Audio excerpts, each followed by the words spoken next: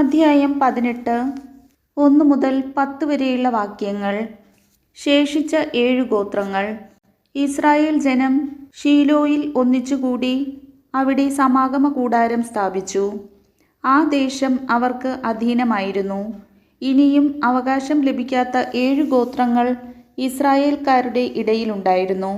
അതിനാൽ Joshua Israel ജനത്തോട് പറഞ്ഞു, നിങ്ങളുടെ പിതാക്കന്മാരുടെ ദൈവമായ കർത്താവ് നിങ്ങൾക്ക് നൽകിയിരിക്കുന്ന ദേശം കൈവശപ്പെടുത്താതെ എത്ര നാൾ നിങ്ങൾ അലസരായിരിക്കും? ഓരോ ഗോത്രത്തിൽ നിന്ന് 3 പേരെ വീതം തിരഞ്ഞെടുക്കുവിൻ.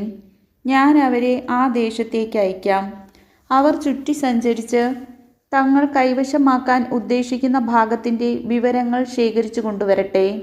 അവർ അത് 7 ഭാഗങ്ങളായി തിരിക്കണം. യൂദ തെക്ക് ഭാഗത്തുള്ള തൻ്റെ ദേശത്ത് താമസം തുടരട്ടെ. ജോസഫിൻ്റെ കുടുംബം വടക്കുഭാഗത്തുള്ള തങ്ങളുടെ സ്ഥലത്തും.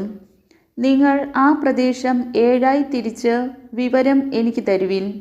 ഞാൻ നമ്മുടെ ദൈവമായ കർത്താവിൻ്റെ മുൻപിൽ നറുക്കിട്ട് അത് നിങ്ങൾക്ക് നൽകാം. ലേവ്യർക്ക് നിങ്ങളുടെ ഇടയിൽ ഓഹരി ഉണ്ടായിരിക്കുകയില്ല. കർത്താവിൻ്റെ പൗരോഹിത്യമാണ് അവരുടെ ഓഹരി. ജോർദാന് കിഴക്ക് ഗാദിനും റൂബനും മനാസയുടെ അർദ്ധഗോത്രത്തിനും തങ്ങളുടെ അവകാശം ലഭിച്ചിട്ടുണ്ട്. അത് കർത്താവിൻ്റെ ദാസനായ മോശ അവർക്ക് നൽകിയതാണ്.